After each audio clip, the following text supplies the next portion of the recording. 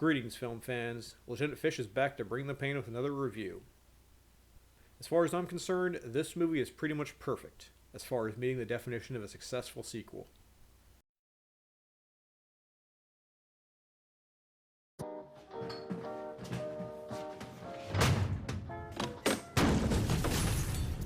Harald, hvad fanden laver I? Kringle? Det er slut med at drive den af. Er I med? Og så fjerner alle de her blomster, ikke? Ligner lort. Er det galt? Det lever væk mere. Vi skal bruge en læge. Er det dyrt? En lever står vel i $300.000. Så nu for at skaffe de penge, Harald. Der er ingen grund til at blive uvenner. Harald, hvad er det, vi skal have? Kom nu ned! Vi skal ikke ned. Mit tøj bliver helt fuldstændig krøllet. Utrolig lækker kringle. Jeg er vel ikke sådan, jeg kunne få opskriften. Selvfølgelig må du ikke få opskriften, den er jo hemmelig. Jeg vil gerne se min søn. Min far, han vil gerne se det.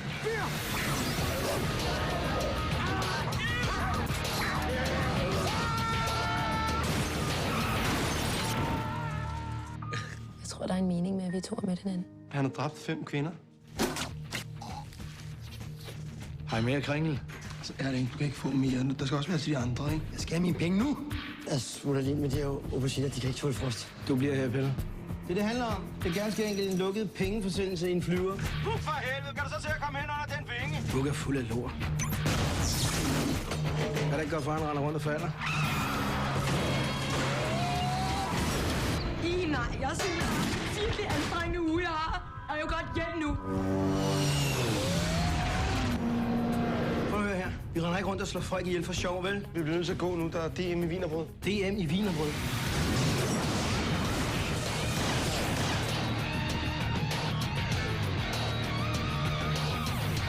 Ambulancen kommer lige om lidt.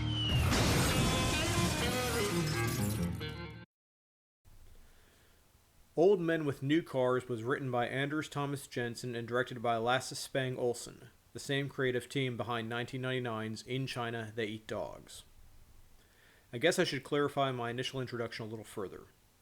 Old Men in New Cars is actually a prequel to In China They Eat Dogs, featuring all the same characters and their respective actors, aside from Arvid, in addition to a couple new characters.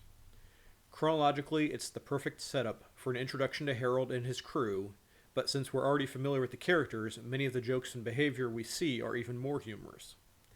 That said, for folks who haven't watched the previous film, this is still an excellent jumping on point. In terms of the character lineup, we are reintroduced to the hard-bitten Harold, just out of prison, played by Kim Bodnia. His restaurant-cum-front business has apparently been run fairly smoothly in his absence, thanks to the unappreciated efforts of Peter and Martin, played respectively by Thomas Willem Jensen and Nikolai Lee Kaz. Harold left a few debts outstanding when he was convicted, and so his business has also been employing Serbian immigrant Vuk, played by Brian Patterson, as an electrician and general handyman. This is as a favor to Slavko Lebovic's racketeer and gangster Ratko. In addition, we are introduced to several new faces in the form of Torkel Peterson playing the somewhat disturbed Ludwig, and Ibn Hiel as the suicidal Mil. Stateside folks may recognize her as Laura from High Fidelity. As a side note, to folks who may have been frustrated with the odd metaphysical plot framing devices used in China They Eat Dogs, Old Men in New Cars is played straight and hard with the narrative. No little tricks here, and they're certainly not needed. The film opens with Harold being released from prison and arriving back at his restaurant, to discover that not only does Ratko still expect him to pay back a sizable debt, but that his adopted father figure, Munkin, is in the hospital without a lot of time left. Harold is a pretty cold guy at the best of times, but as we saw in China They Eat Dogs, there isn't much he won't do in service to his notion of family. In the first film, it involves stealing a little cash. In this iteration, it starts with breaking Munk's biological son out of prison for a family reunion, and pretty much snowballs from there.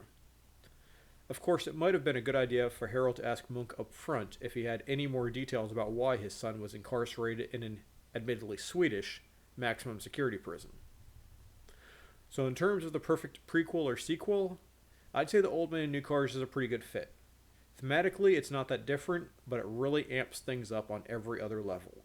You've got a few more major supporting characters, more stunts, more car chases, more random acts of violence. Råber og skriger jeg som et lille barn. Overhovedet ikke. Nej, jeg har slet ikke. Der er ingenting der. Fuldstændig. Taler jeg grimt til jer? Overhovedet ikke. Hun var... Vad är det? Urteteam Honky. Och hvis du skulle spille på gulvet, så kan jeg bare tage op med min fødselsdagsvogn.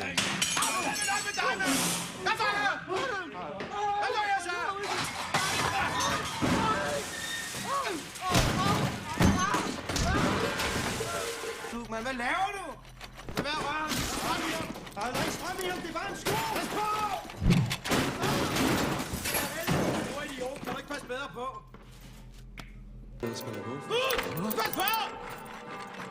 Pas på, der er strøm i ham!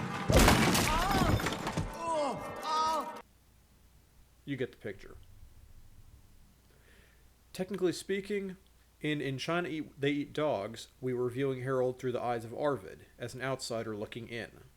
However, this time around, we're now focused on Harold and following him through the entire story.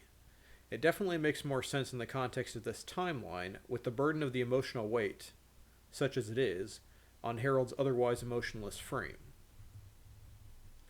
Once more, we are also treated to a great demonstration of what happens when you put an experienced stuntman or stunt coordinator behind the camera.